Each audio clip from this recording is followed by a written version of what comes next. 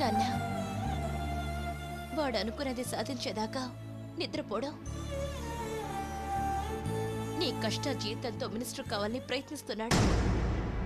వాడే మినిస్టర్ అయితే మన కుటుంబంలో ఎన్నో కుటుంబాలు నాశనం అవుతాయి.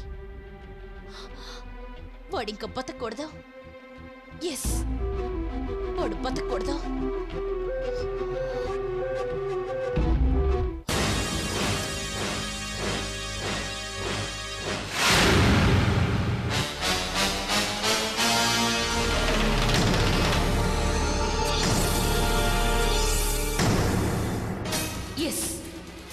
వాడు బతకూడదు, బతకూడదు, బతకూడదు. వాడు బతకూడదు.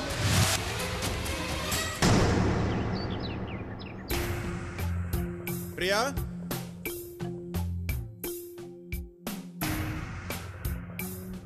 ప్రియా,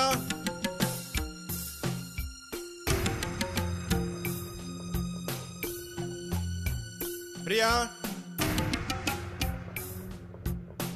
ఎక్కడికి పోయింది? ప్రియా,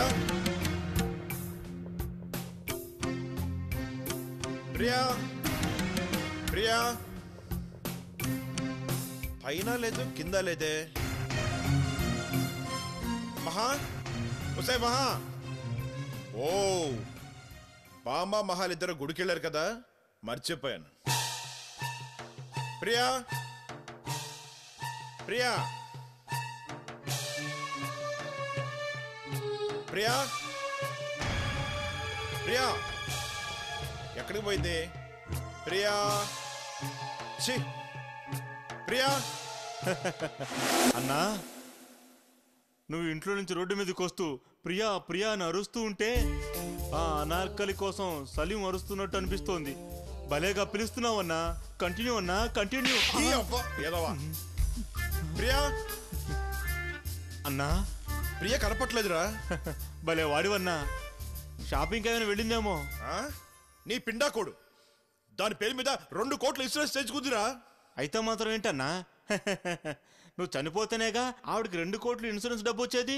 ఒరే నీచుడా, డబ్బు గురించి కాదురా, ఇన్సూరెన్స్ అవగానే మా ఇద్దరికి కన్నరికం ఖాయం అవుతుందిరా. మధ్యలో అది ఒకటి ఉంది కదూ అన్నా. మరి ప్రియ ఎక్కడికి వెళ్ళి ఉంటుంది?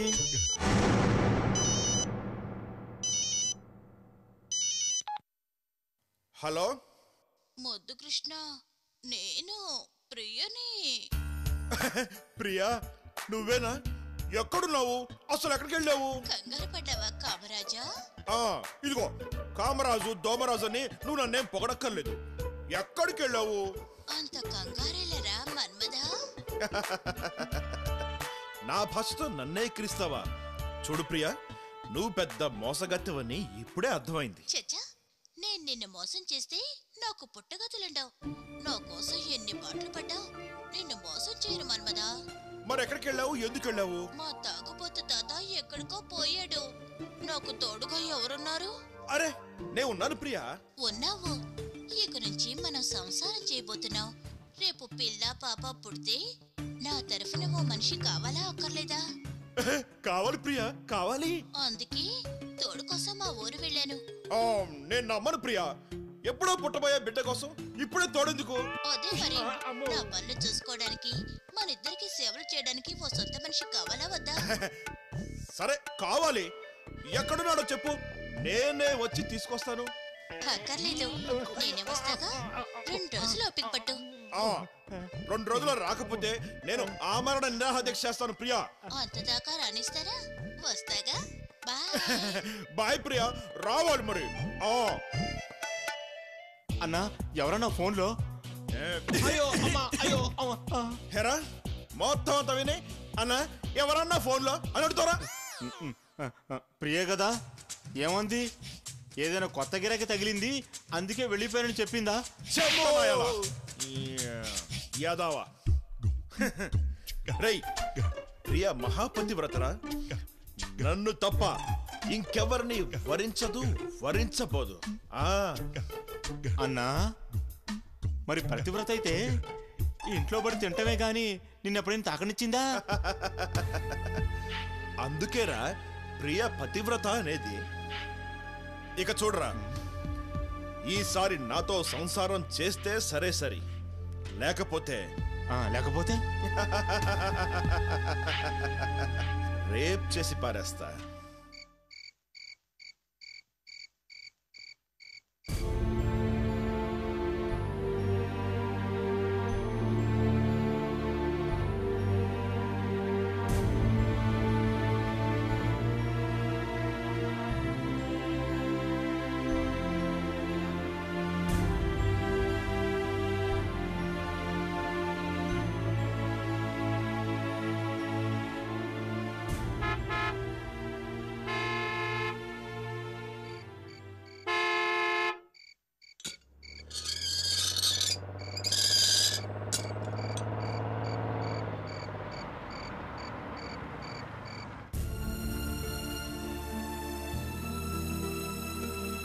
అమ్మా తరంగిణి,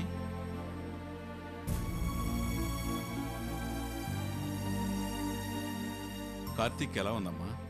40 రోజుల దాకా కట్లు ఉండాలన్నారట. చాలా బాధపడుతున్నారు. ఇంట్లో వసతిగా ఉండదమ్మా. నా మాట విని ఏదైనా హాస్పిటల్లో రూమ్ తీసుకుందాం. మీ నాన్నగారిని ఎలాగైనా ఒప్పించమ్మా. ఆయన సంగతి మీకు తెలుసు కదా అత్తయ్య. మనం ఖర్చు చేస్తామంటే ఊరుకోరుగా. ఇలాంటి సమయాల్లో కాస్త పట్టు విడుపు ఉండాలమ్మా. కవిత, బావగారి విషయం తెలిసి కూడా సలహాలు ఇవ్వటం మంచిది కాదు. చూడమ్మా, ఇలా బోన్ ఫ్రాక్చర్ అయినప్పుడు కాల్షియం ఎక్కువ ఉన్న ఆహారం తీసుకోవాలి. అలాగే మావయ్య. రామ్మా, ఉంచెద్దు గాని. అమ్మ టిఫిన్ తినేదాకా వదల్లేదో. ఆకలేయడం లేదు అత్తయ్య. కొంచెం మజ్జిగైనా తాగమ్మా. వద్దత్తయ్య, రెస్ట్ తీసుకుంటాను.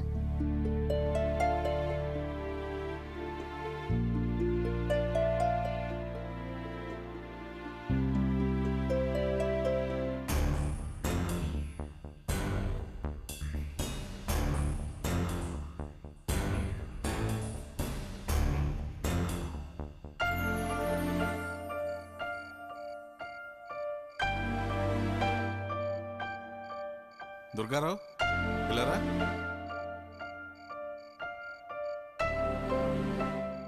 తరంగిణితో కలిసి మహేష్ కూడా గోవింద్ గారింటికి వెళ్ళాడు కదా? అవునయ్యా, చిన్న మేడంతోనే ఉన్నారు. తిరిగి వచ్చేటప్పుడు మహేష్ గారు వాళ్ళ ఇంటి దగ్గర దిగిపోయారు. మహేష్ చిన్న మేడం గారికి చేదోడు వాదోడుగా ఉంటున్నారు కదా? అవునయ్యా, నిజంగా ఆయన పని తప్ప మిగతా విషయాలు ఏవి పట్టించుకోని మనిషి. అవును, మరి ఏ విషయం పట్టించుకోరు అని ప్రత్యేకంగా చెప్తున్నావు? ఏం లేదు సార్.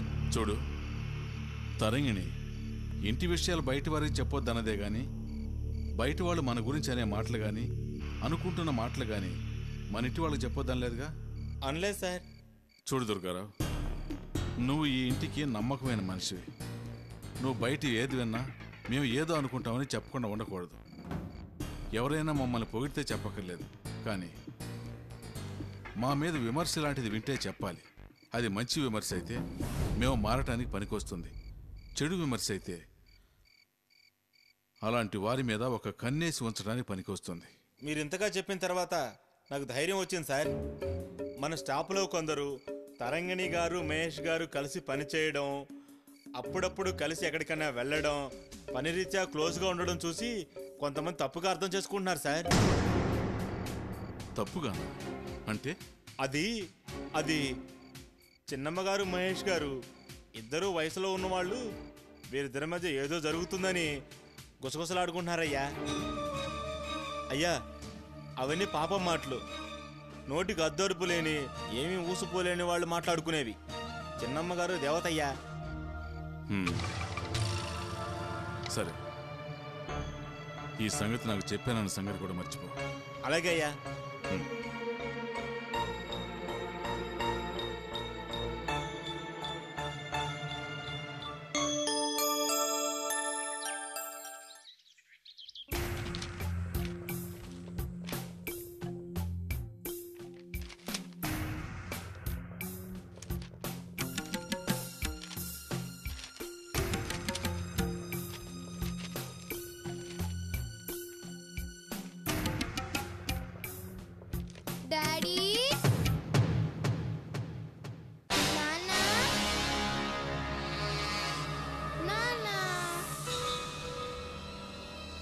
క్రీమ్.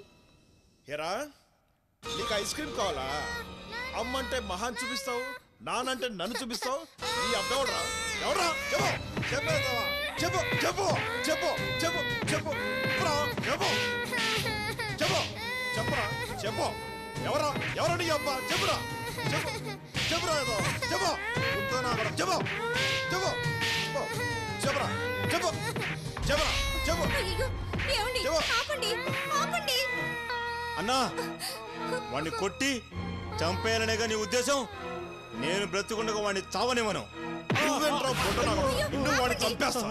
వదినా వదినా పిల్లనిటి వదినా చంపేస్తాడు. ముందు పట్టుకో. వదినా వెళ్ళు. ఏయ్, వాడిని నిన్ను కలిపి చంపేస్తా. అసలు ఏమిటండి మీ ఉద్దేశం? బాబుని ఏం చేయాలని? నేనేం చేయగలనే? ఏమి చేయలేని ఏ ప్రాసి చెప్పరాసి తుప్పరాసి చెప్పరాసి వెర్రి నా కొడుకు. ఎందుకండి ఎందుకండి మిమ్మల్ని మీరే తిట్టుకుంటారు? అసలు మీకేం కావాలో చెప్పండి. నాకేం అవసరం లేదు మహాలక్ష్మి. వాడిని కన్న తల్లిదండ్రులు ఎవరో చెప్పు. నా పేగు తెచ్చుకుని పుట్టిన బిడ్డండి. పోసి నీ పేగు కాలా? సరే వీడి తండ్రి ఎవరో చెప్పవే. ఆ విషయం నాకన్నా ముందే ల్యాబొరేటరీ వాళ్ళు చెప్పారు కదండి. అవును నిజమన్నా. రక్త పరీక్షలే క్లియర్ గా నువ్వే తండ్రి అని తేలిందిగా. అనుమానం ఏదైనా ఉంటే వాడిని కన్న తల్లి మీద ఉండాలి గాని తండ్రి మీద డౌట్ లేదు. నువ్వే తండ్రివి. నేనే తండ్రినంట, నేనే వాడి బాబునంట. అవునవును, నేనే వాడి కన్న తండ్రిని. ఒక్క క్షణం ఇంట్లో ఉండను, వెళ్ళిపోతా.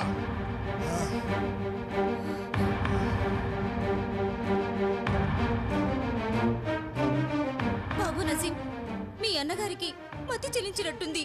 ఏంటో పిచ్చి పిచ్చిగా మాట్లాడుతున్నారు. ఆయన ఏమన్నా అఘాయిత్యం చేసుకుంటారేమో. వెళ్ళు బాబు. భయపడకొదినా, అన్నకి ఇప్పుడిప్పుడే జ్ఞానోదయం అవుతుంది.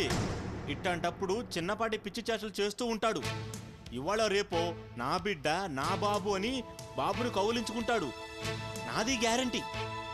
ఏవో బాబు, ఆయనకి బాబు కనపడితేనే కోపంతో మండిపోతున్నారు. ఏమైనా చేసుకుంటారేమో. చచ్చా, అలాంటిదే ఉండదు వదినా. అన్న గోవు లాంటి వాడు. గడ్డి తింటాడే గాని బిడ్డనేమి చేయడు. ఏమిటో ఆ ప్రియ కూడా లేకుండా పోయింది. పాపు మరీ బెంగ పెట్టుకున్నారు. వదినా, అసలు ఆ ప్రియ ఎక్కడికి వస్తుందో రాదో నన్ను అనుమానంగా ఉంది. అదేంటి బాబు? డబ్బు డబ్బు వదినా, డబ్బు. మహారాజు మాణిక్యాలు కొనిస్తానని చెప్పి మొండి చేసి చూపిస్తుంటే యువతి మాత్రం ఎందుకు వస్తుంది? అంతేనంటావా? అంతే వదినా. ఇక నుంచి చూడు, ఈయన గారు దాని పేరున ఇన్సూరెన్స్ చేశారు అంటే అన్నగారు పోతే గాని దానికి డబ్బు రాదు. బాబు వద్దు బాబు, అలాంటి మాటలనకు. నా పసుపు కుంకాలు 10 కాలాల పాటు హాయిగా ఉండాలి. నా బిడ్డకు తండ్రి లోటు రాకూడదు. ఎంత మంచిగా ఆలోచిస్తున్నావు వదినా.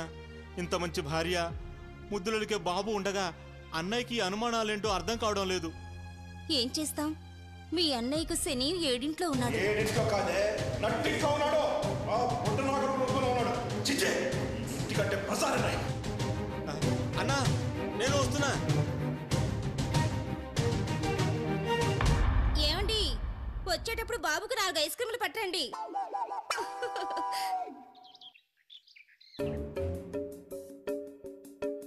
అబ్బా, తలనొప్పి భరించలేకపోతున్నాను. అబ్బా, ఏంటత్తయ్యా అలా ఉన్నావు? ఏంటోనమ్మా, రాత్రి నుంచి కళ్ళు తిరుగుతున్నాయి. అలాంటప్పుడు వంటగదిలోకి ఎందుకు వచ్చావు? వంటవాడు కాఫీ చేసేవాడుగా. అయ్యో రామా, ఈ మధ్య మీ మావయ్యకు అనుమానాలు ఎక్కువైపోయినాయమ్మా. ఎవడేం చేస్తాడో తెలీదు. వంట నేను చేస్తేనే తింటానంటున్నాడు. సర్లే, నువ్వు వెళ్ళి కాసేపు రెస్ట్ తీసుకో. మావయ్య గారికి నేను పాలు తీసుకెళ్తాను. నా తల్లే పంచదార వేయకమ్మా. ఆయన పంచదార వాడనని ఒట్టేసుకున్నారు. చచ్చే, ఒట్టేసుకున్నాక పంచదార వేస్తే మావయ్య ప్రాణాలకి ప్రమాదం కదా అత్తయ్య. అవునమ్మా, ఏంటో దేవుళ్ళంటి మనిషి ఆయన. అంతేకాదు, మావయ్య అమృతం లాంటి మనిషి. ఆయనకి తీపితో పనేంటి? అవునమ్మా, కాస్త పాలు తీసుకుని మావయ్యకి ఇవ్వమ్మా. అలాగే అత్తయ్య, నువ్వు వెళ్ళి రెస్ట్ తీసుకో. ఆ.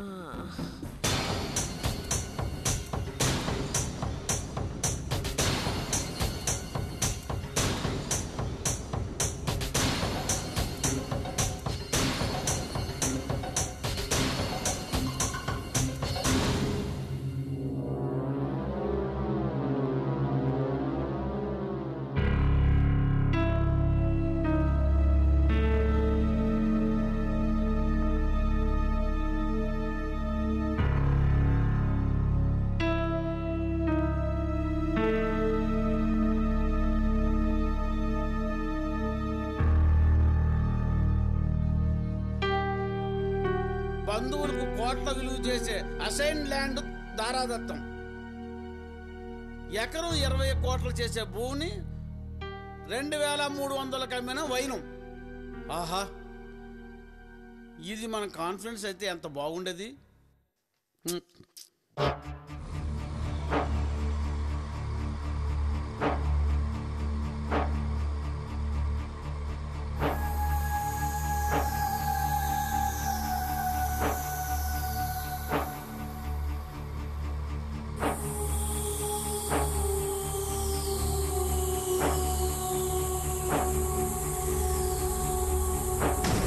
ఏం చేయను, రాత్రి ఆయన వల్ల పొరపాటు జరిగింది. కానీ నాకు ప్రెగ్నెంట్ కావాలని లేదు.